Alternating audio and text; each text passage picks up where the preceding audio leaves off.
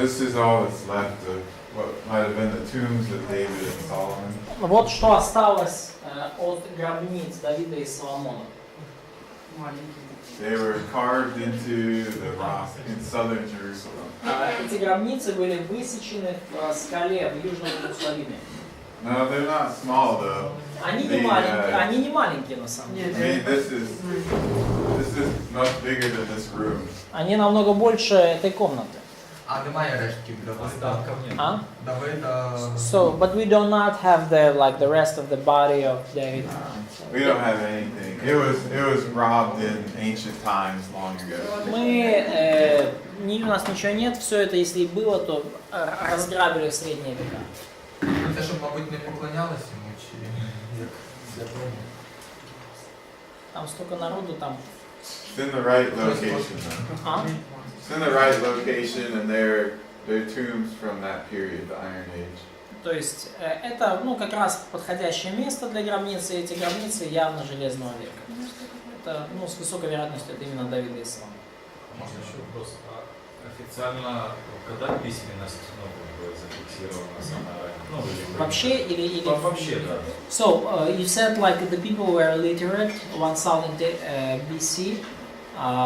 When officially we see the official agreed date when people became literate, when ordinary people started to write. When anyone started to write? Вова, вопрос, когда общая грамотность была, или когда лишь некоторые, когда вообще кто-то хоть начал писать? Наверное, да, кто-то. At least anyone. So. Anyone? Yeah, this is his question. So when people started to write stuff, what was the date of that? The Sumerians, 3200 BC. Шумеры первые начали писать, письменность первая, 3200 года нашей. That's the earliest writing that we have found. Самая ранняя письменность, которую мы нашли. Це не малюночки, да? Це вже... So, but it's not like the pictures. These are writing. Oh, it's writing, but they're pictographs. Они писали, но с помощью пиктограммок, то есть картинками. There was probably writing before the flood too, but we just don't have it. Скорее всего, они писали и до потопа также, но у нас просто нет никакой информации об этом. One more question. Могут преподаватели со вторым курсом, может, или отдельно, или на протяжении сейчас курса по текстуальной немного? So, last time you've been there, here you gave a lesson on textual criticism, which was very helpful for students there. And now, second year students, they ask you, would you do something similar this time? If we have time. Если время будет. А если не классно? So maybe after lecture or to stay. We might be able to do it on Thursday with the New Testament period stuff. Может быть, получится в четверг с новозаветным периодом как раз коснемся. All right, let's look at Solomon. Хорошо, давайте посмотрим Соломона. We have this passage in the book of Kings that talks about building projects that he does. В книге Третье царство есть вот этот отрывок, повествующий о всех строительных проектах, которые он осуществил. He built some kind of fortress in Jerusalem and walls around the city of Jerusalem. Он построил какую-то крепость в Иерусалиме, какие-то стены вокруг города. He built a temple. Построил храм. He built fortifications at Hatzor, Megiddo, and Gezer. Он укрепления военные строил в Гацоре, Мегидо, Газере. And what we find from excavations is that there was big building done at the time of Solomon in these places. И что мы находим из раскопок, что действительно большие строительные проекты осуществлялись в этих местах во времена Соломона. And in particular, there's a special type of gate that's found at these cities. И если уже конкретно говорить, то находят совершенно особый род ворот вот в этих городах, особый тип ворот. we call these Solomonic gates because of their associations with Solomon. И мы называем такие ворота Соломоновы, поскольку они ассоциируются как раз со временем его правления. And they followed a particular type of architectural plan. И эти ворота, они следуют определенному архитектурному плану. So this is where the door would be. Вот здесь были как бы ворота, да, дверь. And then the gate itself had 6 different chambers. И в самих воротах 6 разных таких маленьких комнаток, каморок. And then outside of the gate itself, outside of the door, it had these 2 towers.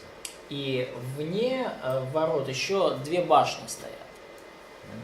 То есть 6 комнаток и плюс еще 2 башни вовне. And we find this specific type of structure at Hatzor, Megiddo, and Gezer. И вот такие совершенно особые конструкции мы находим в Гацоре, в Мегидо и в Гезере. From the 10th century BC, Как раз таки с 10 века до нашей эры. just like we read about in Kings. Точно как мы читаем об этом в Третьем царстве. Is that Hatzor?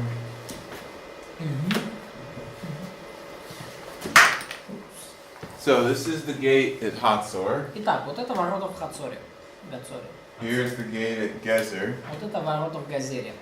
So you can see some of the chambers here, То есть вы можете здесь видеть некоторые вот из этих каморок. Да? even though lots of it's overgrown with weeds. Ну, понятно, много из этого заросло все травой. І цікаво, на пагорбі так. Хід.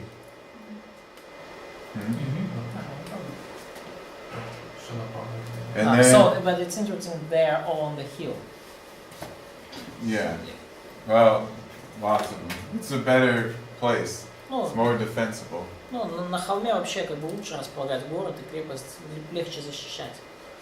На комнати я живу. So what were these chambers for? We don't know exactly. Give me 1 second though. Еще одну секунду, подожди. Okay, so here's Megiddo. Итак, вот это Мегидо. Now they actually removed half of the gate so that they could excavate underneath it. И они удалили вот половину ворот, чтобы можно было под ними выкопать. But we can still see half of it today standing. Но мы до сих пор видим как бы половину ворот, да, то есть половину как бы убрали, что можно было подкопаться под.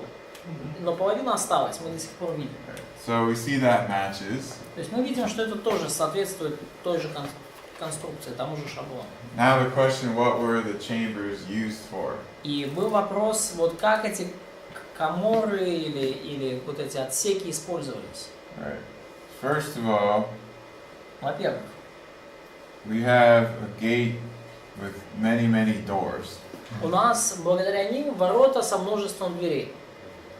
So the enemy has to break through all these. Врагу при осаде надо пробиться через все 4.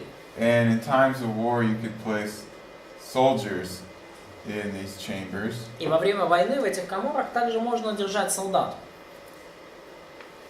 To frustrate the enemy as they're trying to break through into the city. И солдаты могут затруднять врагу путь через ворота. То есть максимально сдерживать. Ще й башні. А? Стріляти, ще з So, and башні. someone also could attack the enemy from the tower, I like suggest. Yeah. Now, when it's not wartime, Но когда время не военное, you can have shopkeepers setting up in here, здесь можно магазинчики поставить.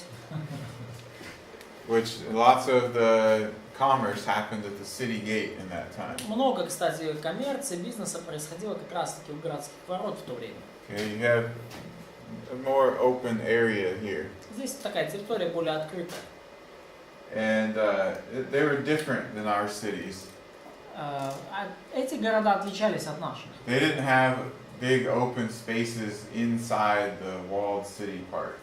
У них не было больших таких открытых территорий внутри городских стен. So, Не было парков, площадей, такого. in here and just outside the gate, that's where a lot of stuff would happen. Вот именно здесь, в этой части, и может быть еще вне ворот, происходила большая часть значимых событий.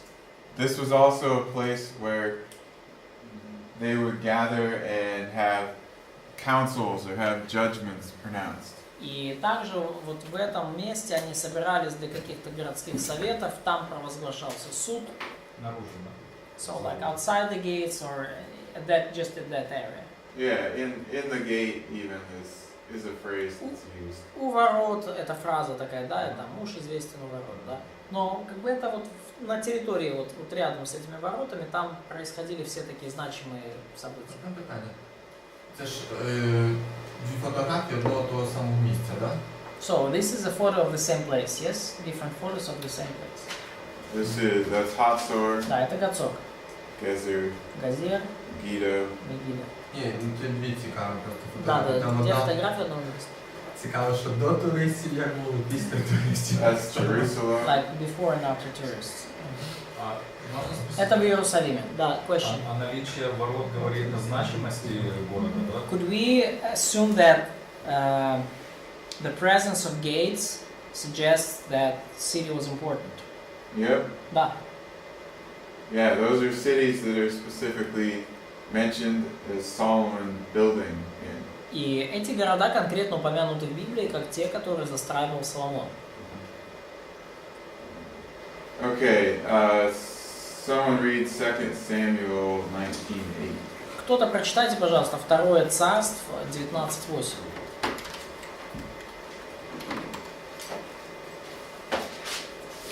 І цар устав та й засів у брамі, а всьому народові донесли, говорячи, ось цар сидить у брамі. І посходився весь народ перед царське обличчя, а Ізраїль повтікав кожен у своїх наметів.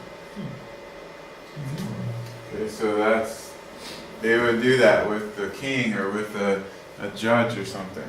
То есть вот так они поступали, если Yeah, they когда would царь sit, был или they would судья. sit on this little sort of throne type of thing. И царь садился на такое маленькое возвышение, типа на трон, на престол. This is from Dan, Это вот из Дана, города Дан. the time of the Israelite kingdom. Это вот времена уже Израильского царства. That's the only judgment seat from the Israelite kingdom period and gate that we found.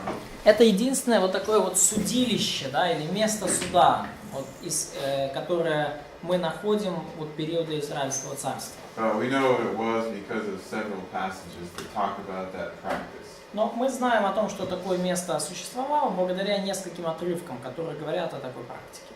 То есть место, где царь садился на возвышение возле ворот. А почему они еще в шатрах оставались? Why, in that passage, why had they been in the... Meanwhile, the Israelites had fled to their homes. Or the tents. Like, это по отрывку, Саша. Можна питання? Тобто, те, що ми бачимо в Біблії, що при брамі сидять, да, мужі вирішують справи, то це якраз десь там приблизно? Да, вот, ну, об этом говорится, что у ворот решались справа. Ну, вообще в Библии или... Як приповідь 31, що він при брамі сидить. So, like the guy from the Proverbs 31, the husband of the like godly wife, he was important near the gates. Yeah. So he was involved in major decisions. То есть, как бы человек, который там сидел у ворот, он как раз таки участвовал в принятии важных решений. Поважний. All right. Now at Jerusalem, the main city gate hasn't been found yet. Ну, в Иерусалиме основные, главные ворота города еще не были найдены. But there are massive fortification walls from the time of Solomon. Но есть, тем не менее, большие очень укрепления, стены как раз-таки времен Соломона. Here you can see some more of them. Вот можно видеть больше немножко их. Also, another passage which talks about Solomon building these walls at Jerusalem. И также есть еще один отрывок, который говорит о том, что Соломон строил стены вокруг Иерусалима.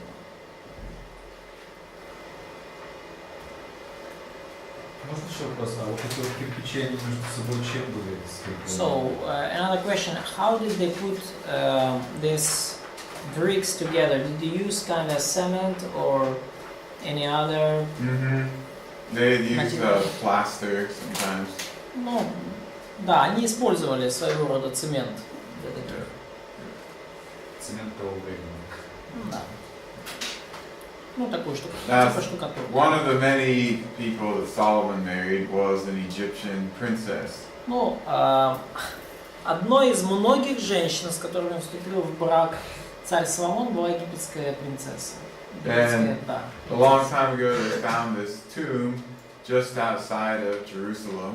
И довольно давно уже они нашли гробницу за пределами Иерусалима. And it used to have a little pyramid on the top of it. И наверху этой гробницы была маленькая пирамида.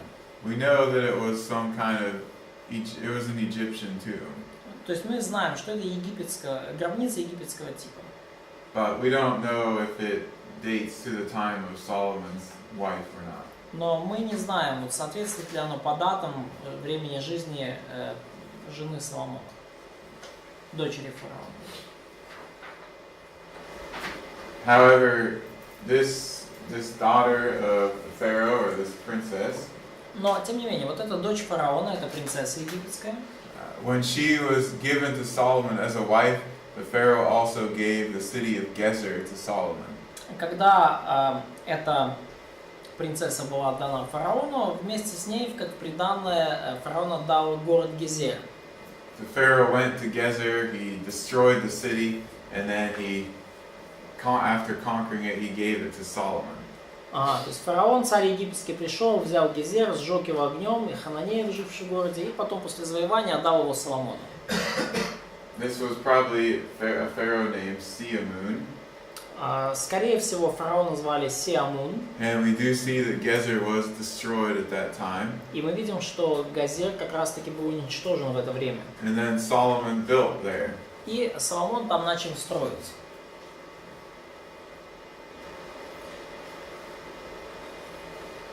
Solomon also gets a visit from the Queen of Sheba.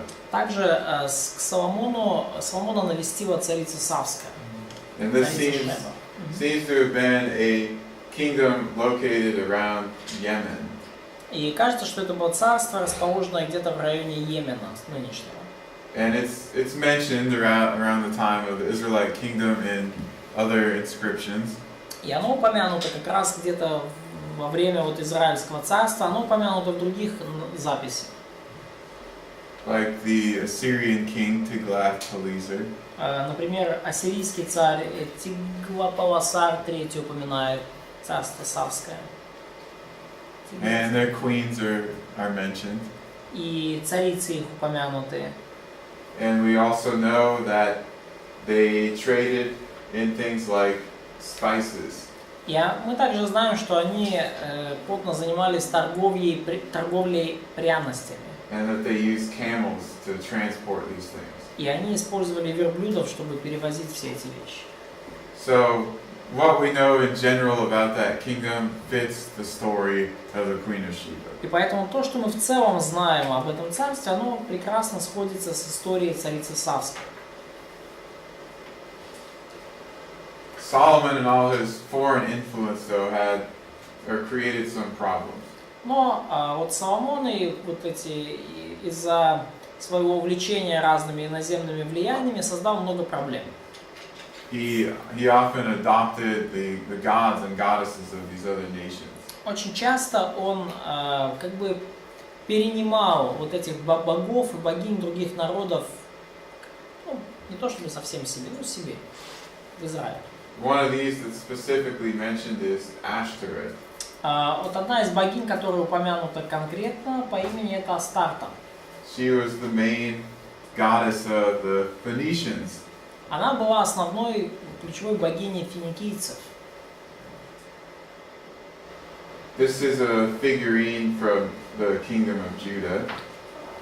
Вот эта фигурка из царства Иуды, иудеи. And this is a Phoenician one. И вот это финикийская фигурка. Okay. Yesterday at the museum, some of us saw those female idol figurines. И вчера в музее, те, кто были, видели тоже подобные идолы, изображавшие женщин. So So those are found in many different ancient cultures. И такие фигурки мы находим во многих древних культурах, самых разных. These in Judah, they come from about the 8th century BC to the 6th century BC. Вот эти статуэтки в Иудее, они датируются где-то от с 8 до 6 века до нашей эры. This is something that's mostly found earlier in Canaanite sites or in Phoenician sites. Такие статуэтки мы находим ранее в хананейских раскопках или в финикийских раскопках. We're not exactly sure if this is supposed to represent a goddess or not. Мы не знаем на 100%, эта статуэтка изображает богиню или кого-то еще. There's some debate over that. И идут на этот счет дебаты. But it does look very similar to other fertility figurines from other nations. Но выглядит очень похоже, как многочисленные фигурки богинь плодородия в других народах. Или фигурки, связанные с плодородием. The idea of Solomon's mines are popular in stories.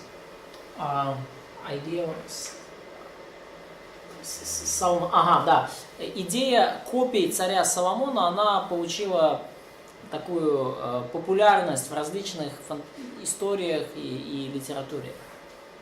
We do have a passage that talks about both David and Solomon mining for copper. И мы видим, что и в Писании есть отрывки, где говорится, и Давид, и Соломон, они осуществляли вот эти как бы шахтные работы, добывали медь. This seems to have happened at several different places. И кажется, это происходило в нескольких разных местах. And mostly far south part of Israel. И в основном это происходило в очень южной такой, самый крайний юг Израиля. A couple of these mining operations have been discovered. Несколько таких шахт было обнаружено. And we see that they were used at the time of David and Solomon and then slightly after also. И мы видим, что они использовались во времена Давида и Соломона, ну и немножко даже и после этого. Probably Solomon, to acquire the gold, they probably traded things for that. Скорее всего, Соломон пытался, he tried to acquire gold. Well, when they acquired gold, he probably traded things for it. Да, и когда Соломон добывал золото, они покупали, они в торговле его пускали золото. Like to get the special kind of cedar for the temple, he got that by trading with Lebanon. То есть для того, чтобы получить, например, особый кедр для храма, он торговал с Ливаном. It's because Israel had certain natural resources it didn't have others. Поскольку в Израиле были естественные природные ресурсы одного типа и не было ресурсов другого типа. Lots of stones, some copper, some iron. Много камня в Израиле, немножко железа, немножко меди. Not really much gold or good trees for building. Золота не так уж много и еще меньше хороших деревьев для строительства. А можно вопрос? А что там изображено? So what do we see on that picture? What's that? Это яма. Is it just a pit? Yeah, it's a pit that they would descend down into to mine out. Ну, some туда, там яма, туда шахтеры спускались и добывали оттуда всякие полезные металлы. With a lot of these materials, Solomon finally constructed the temple. И со многими этими материалами, обладая ими, Соломон в конце концов построил храм.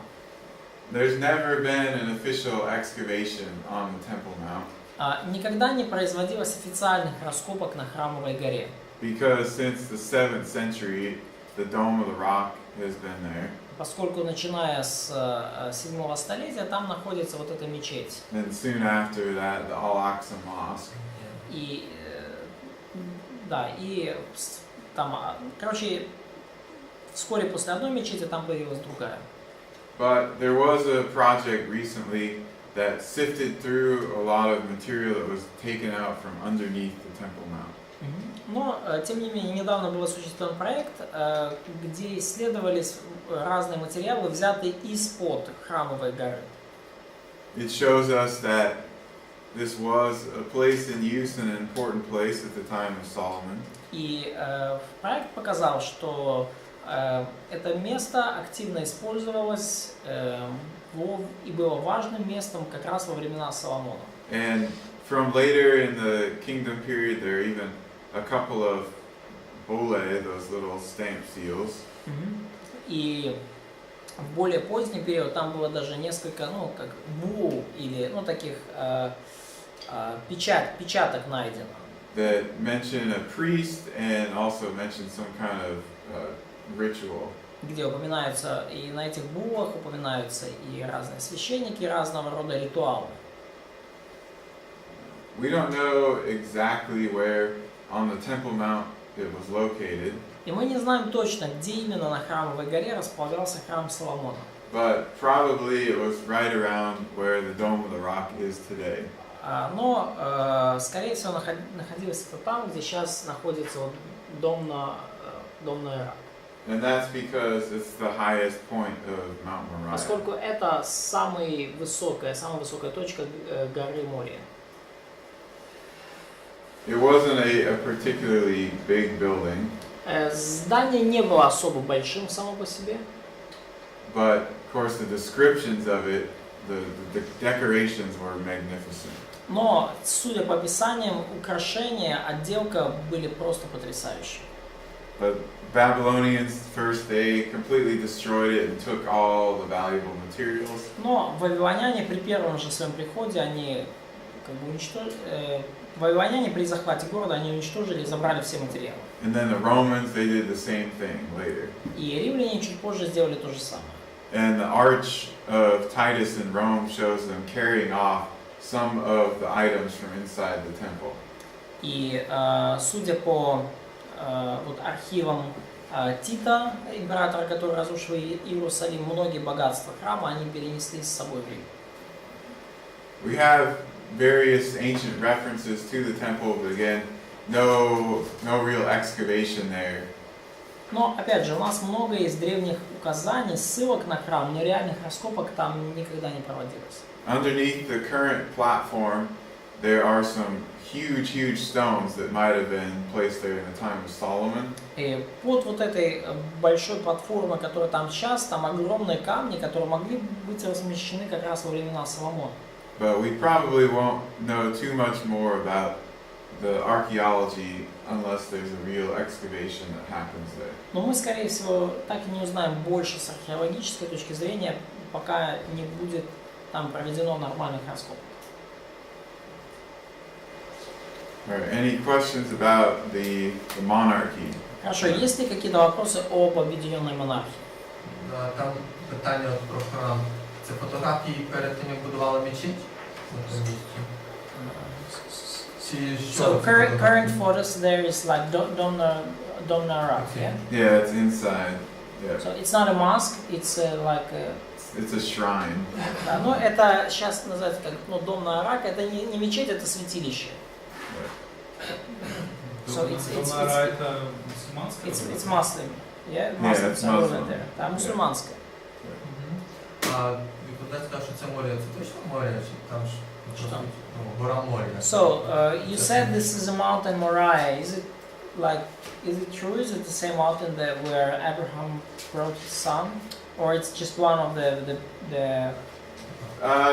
There's a tradition of that, but the Bible doesn't say that he brought him to Mount Moriah. It says the region of Moriah. Ну, как бы традиция, да, ну, традиция говорит, что это гора Мория, но вообще в Библии, вот в том повествовании не написано, что он привел его на гору Мория, да, Авраам поднял Исаака. Это просто область Мория была. So, I mean, it's possible, but it doesn't specify that. То есть, возможно, конечно, но конкретно не сказано. It says the land of Moriah, and then on one of the mountains or hills, which I will tell you. Да, там иди в землю Мория, на одну из гор, которую я покажу тебе. А можно по поводу храма насчет размещения в Святом Святых? Был ли там золотой жертвенник? Или только как сейчас говорят? В святом. Okay, there was a huge discussion here before. So, in the temple, did they have like they had huge altar for like animal sacrifices, and they had incense altar Yeah. with this little coals. So where was what is your position? Where was it standing? Inside of Holy of Holies or just in a holy place? Which thing? Incense altar. In the holy place. В святом святых. Nothing else was in the Holy of Holies except the Ark of the Covenant. Я прошу прощения, он говорит, да, в святом месте. Ничего, кроме ковчега завета, в святом святых не стояло. А можно вопрос? А как долго вот эти вот, ну приблизительно, понятно, города большие, 3 города вот таких строились? Ну сколько времени они могли занимать у Соломона? So, could we make any assumptions on how long it took to build these major cities during the Solomon reign, like Gezer, Merida, just maybe not to build, but at least fortify them? So, I don't know, a year, a couple of years. год, It несколько. depends on how many people they were having work on. Все зависит от того, сколько людей было в их распоряжении, чтобы завершить. Просто у него самые же большие возможности были. But he had probably the biggest possibilities of any of his other kings. Yeah. Да. Okay. Now we'll get to the divided kingdom. Хорошо, теперь мы с вами переходим уже к разделенному царству.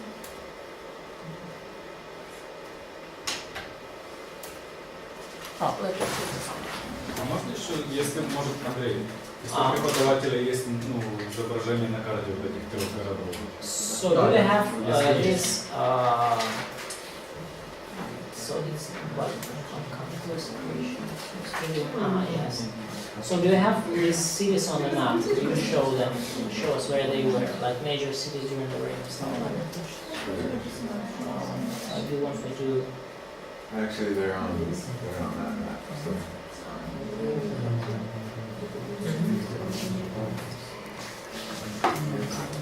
I don't know if they can see that. Let me make it bigger. I'll just yeah.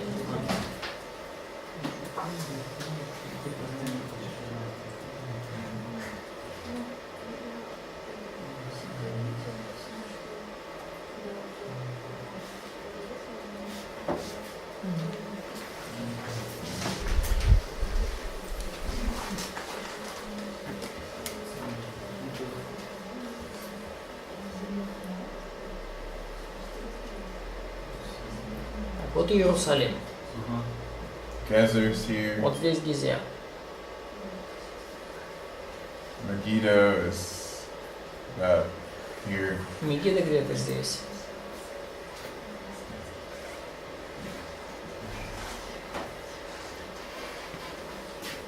Hatzor is up here. Гацор здесь. Хацор тут. По лінії. So it seems like a lie. So, Yeah, kind of. So they were like a kind of fortified. So in Yeah, case maybe of this attack. was for this region, Ну, this region, this region. ну, может быть, это было так, что каждая из этих больших крепостей отвечала за свой регион. То есть за северный, за центральный, за южный, совсем южный.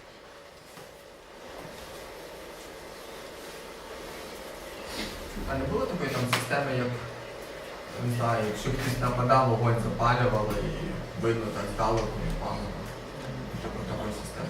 Did they have a like special like signaling system? For example, if there's any danger, someone is like burning fire. They use some kind of fire signaling, У yes. них была какая-то такая огненная сигнализация. I don't know exactly what they look like, but they're described in the Lachish letters, or they're mentioned. Но я не знаю, как бы точно как это выглядело, но такого рода огненная сигнализация упомянута в письмах Лаисы. So after Solomon dies, there's this dispute and the kingdom splits. Итак, после смерти Соломона происходит вот этот раздор, и царство разделяется. So we have 10 tribes, or really 11 in a way. 10 and some of the Levites go in the north. Итак, мы видим, как 10 царств, вообще говоря, даже 11, потому что 10 колен и часть левитов пошли на север. And Judah and Benjamin and some of the Levites in the south. И мы видим, что на юге остались Иуда, Вениамин, ну и некоторые левиты. Rehoboam was the rightful heir as far as the family line goes. Раваам был законным наследником Соломона, если с точки зрения смотреть как семейного, генеалогии его. But he pushed the people a little too far, and so this usurper, Jeroboam, came in and took control of the north. Но он немножко пережал народ, слишком сильно передавил, и Яровам, он захватил самозвание, захватил престол. Ми ж пропустили Вавилон і персидський період. І розділення царства у нас тут. Вавилон и персидский период, что было в начале? 2, 3, 4 сторінки, і воно потім оцим відповідає. Ну, значит, Вавилон просто впаяли не в том месте. Как ты думаешь, что было сначала, Разъединенное царство или Вавилон? Розділення?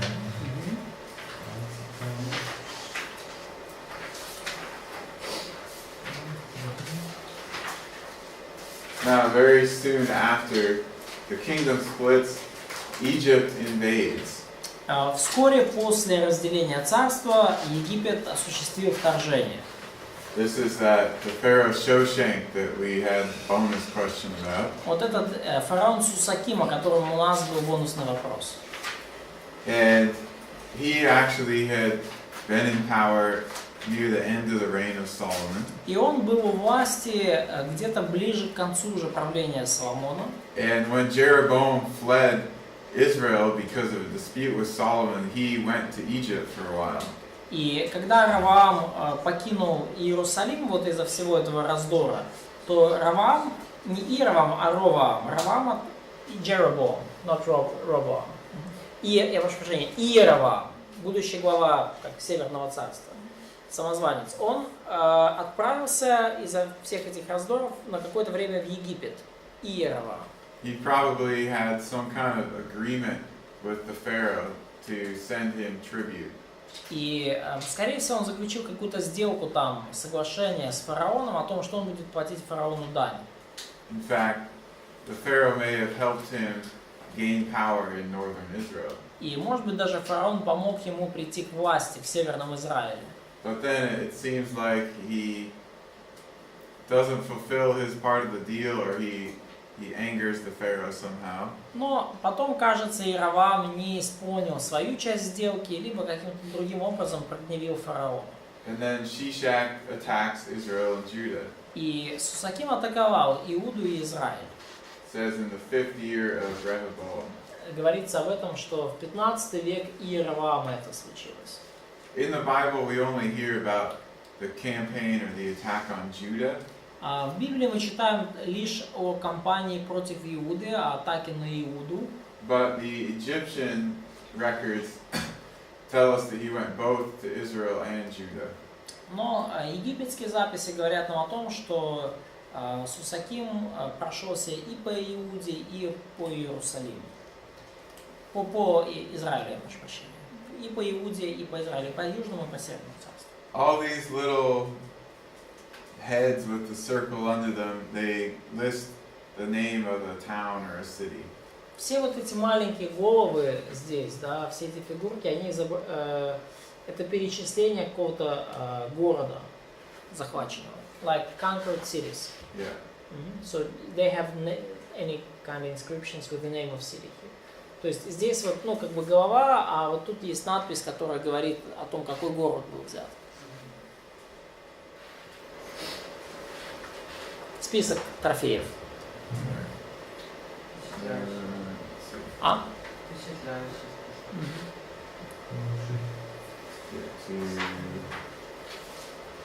Here. Okay. Here's a list of some of the cities. И вот это список вот этих городов. Right? So some of these are very recognizable cities from Israel. Ну, некоторые из этих городов вполне распознаваемые, мы знаем, что они были в истории Израиля. One argument though against the biblical account is that supposedly Jerusalem isn't mentioned.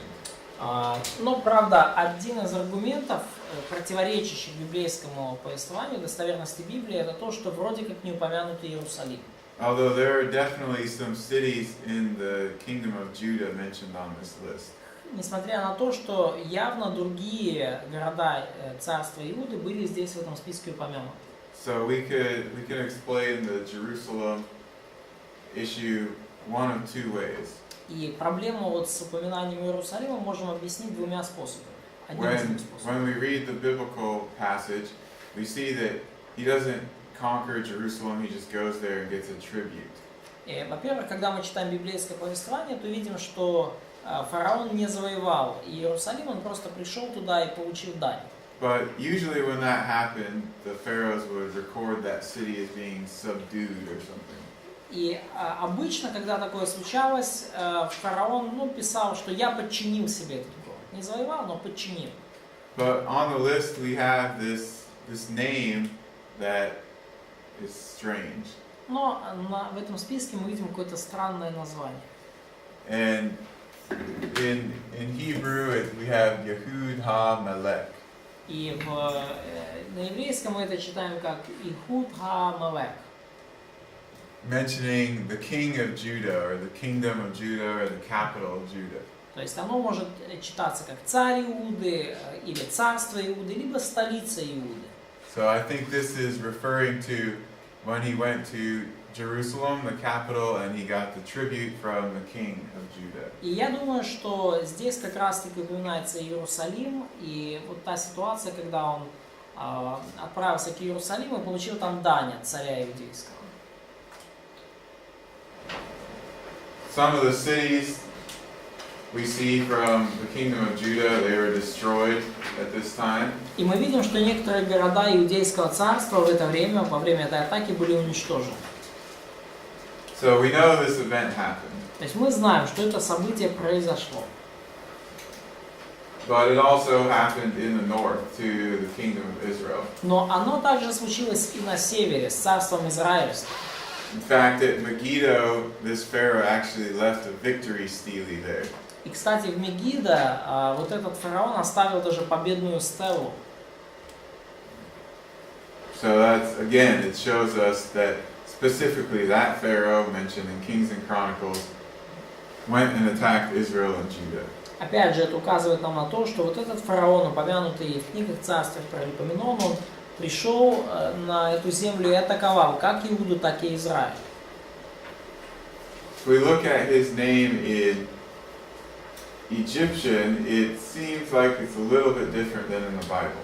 И когда мы видим имя этого фараона на египетском языке, прошу прощения, то кажется, это имя немножко отличается от библейского. And how do they spell his name in the Russian text? Как имя фараона в русском тексте произносится? Сусаким. Susakим? Okay. В українській що? In Ukrainian, Sheshak. Shushak. Alright, so this happens when you go from one language to the other. Sometimes things change a little bit. Ну, вот такое случается, когда вы с одного на другой язык переходите, порой слова меняются. But if we just go back to the Hebrew writing of this name, Но если мы вернемся просто к еврейскому написанию этого имени, and particularly in the First Kings passage, особенно в отрывке, который в Первом Царстве, we see that it matches perfectly one of the Egyptian spellings of his name. то мы увидим, что такое написание прекрасно соответствует одному из вариантов египетского произношения этого имени. Okay. Shoshak. Шоушак. And this invasion and the mention of this pharaoh, И вот это вторжение, при котором вот упоминается этот фараон, which is the earliest pharaoh that is named specifically in the Bible, кстати, этот фараон самый ранний из всех фараонов, названных в Библии по имени. is самый первый. a major anchor for the chronology in the Old Testament. И вот это вторжение является одним из таких краеугольных камней хронологии в Ветхом Завете. Because the Egyptians kept these very detailed lists of all their kings. Поскольку египтяне сохраняли вот очень такой детальный, подробный список всех их царей и фараонов. And how many years they reigned. И они указывали, сколько лет правил тот или иной фараон. And in some cases they actually inscribed these lists on stone walls of temples. И в некоторых случаях они даже информацию об этих царе или царях писали на каменных стенах там, или в храмах. So this information was preserved. И таким образом информация сохранялась. And then we can correlate it to the reign here of Rehoboam. И мы можем сопоставить теперь времена жизни Сусакима со временем жизни Раваама. So it helps us then to assign a BC date to people like Solomon and David. И это позволяет нам уже, идя немножко назад, вывести достаточно точные даты для правления того же Соломона или Давида. So, could we say that this is the reason why most, even non-Christian scholars, they believe that David and Solomon reigned at that time? So, Yeah.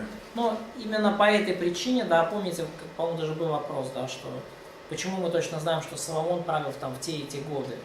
Да, потому что, благодаря годам правления Сусакима мы можем уже отталкиваться и понимать все остальное. Это как якорь.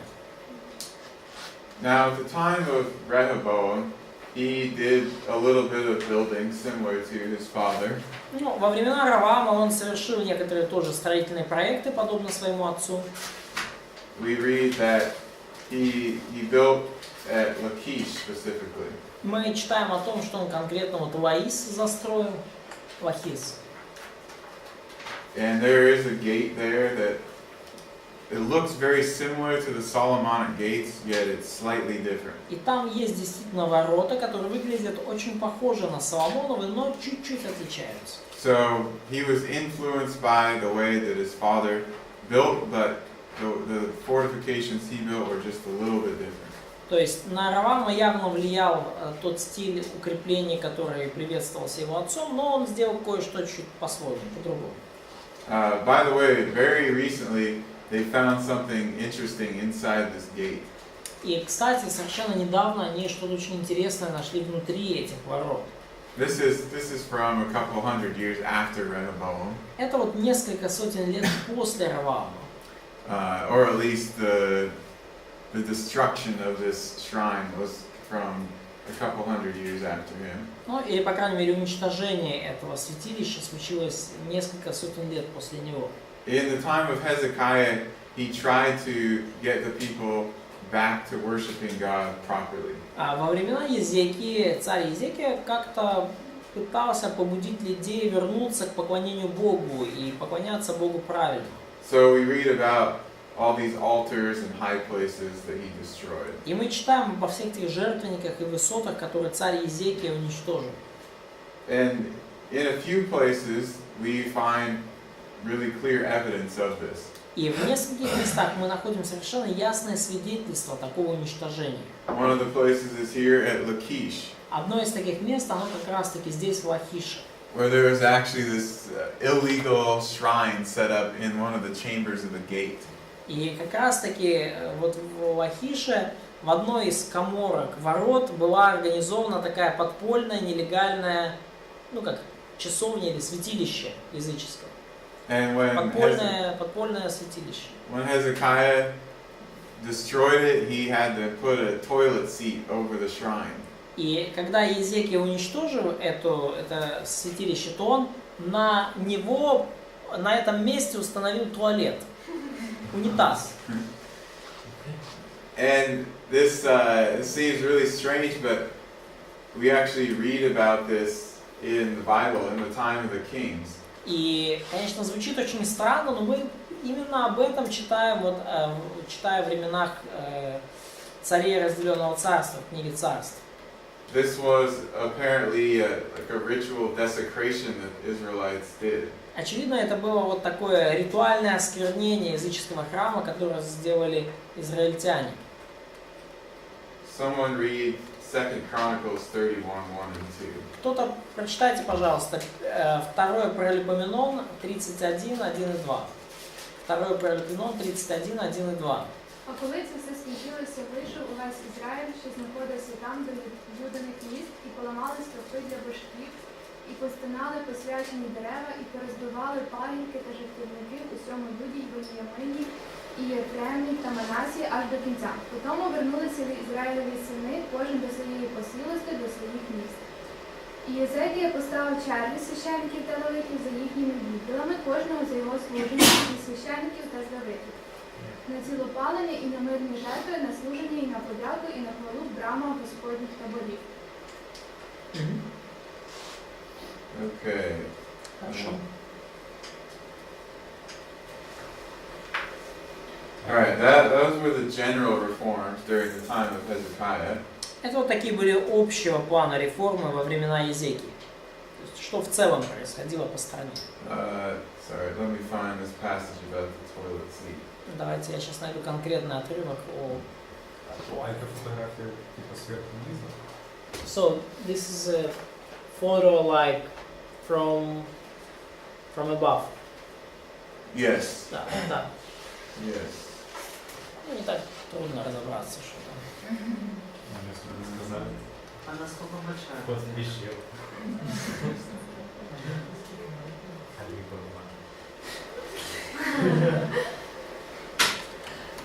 Sorry, I don't know where that passage is in here.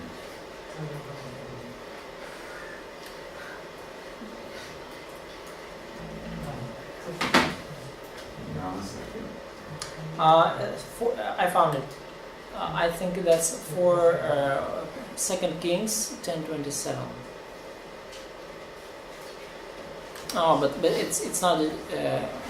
Maybe it's different. Yeah, that's right. Yeah. It's not Hezekiah, it's Jehovah. Oh, I know, but it's a practice. Yeah. 2 Kings 10:27. Второе, 4 царство 10:27.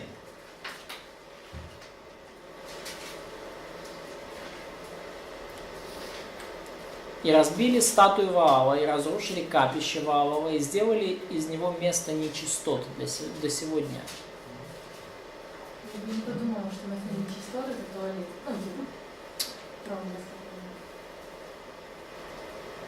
So this is about 100 years earlier, but this is apparently a practice that the Israelites did to desecrate pagan shrines. Ну, конечно, вот событие в 4 царстве, оно на 100 лет раньше произошло, но явно это была та практика, которую использовали израильтяне для осквернения языческих храмов. And we know, because of the analysis of this toilet seat, we know that it was a ritual thing. It wasn't just some broken toilet seat they threw in there as garbage. То есть, и анализируя вот это вот как бы место, вот это туалетное сиденье, то мы понимаем, что это была ритуальная вещь. Это не было просто какой-то мусор, который сломался и выкинул.